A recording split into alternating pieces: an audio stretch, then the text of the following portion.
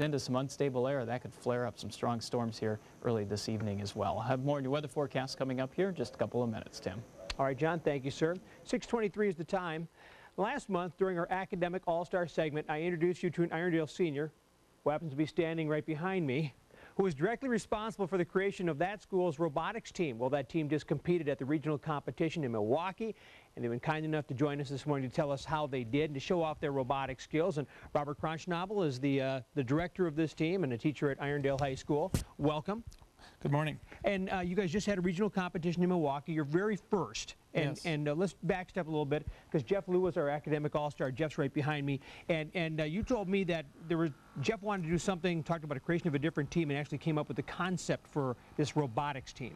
Yeah, he looked around and looked for something that would be a lot of fun to get in and get our hands on things. And first, for inspiration and recognition of science and technology as an organization that provided really the framework for everything we needed. There was significant money needed, but the framework for what was going to be required and give us a goal was all provided by them.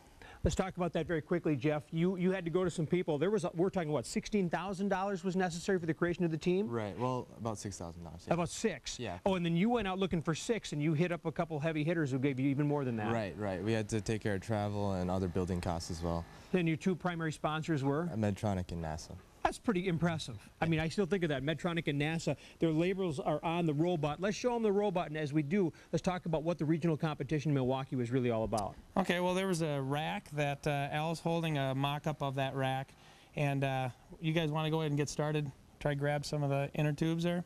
The goal was to try to place as many inner tubes on a rack that was circular, and if you get one inner tube per going around, it was multiplied by 2. So let's say you get a string of 4 or 5, it would be 2 to the 4th power would be the total points. Okay. So kind of like your old Connect 4, only in 3 dimension.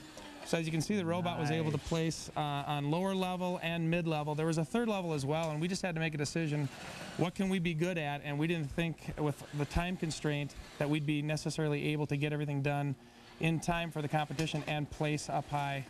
You can see it's a robot. It doesn't quite have a mind of its own, but sometimes we wonder.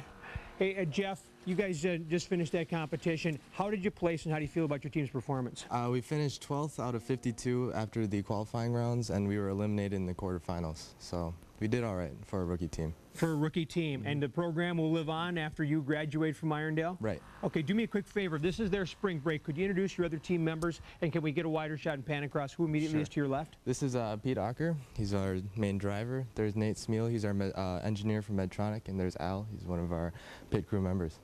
Al, I don't mean to slight you at all, but I think I could do that job over there. The rest of it I think is beyond me, but Al, I think that part I could do. Robert Kronschnabel and the Irondale team. I also want to mention, Kim, as we send it back to you, or I'm not going to send it to break, but this is their spring break, and all these kids got up early to come in their spring break. So, gentlemen, my hat's off to you for your competition skills and for your ability to get out of bed this early on a spring break morning. Thank you very much. Thank you. All right, up next on KARE 11 Sunrise this morning, in case you missed him, Jonathan's coming back with your spring temperatures plus an update on the metro roads. Then, 2 more Minnesota kids have died from the flu, both of them under the age of 2.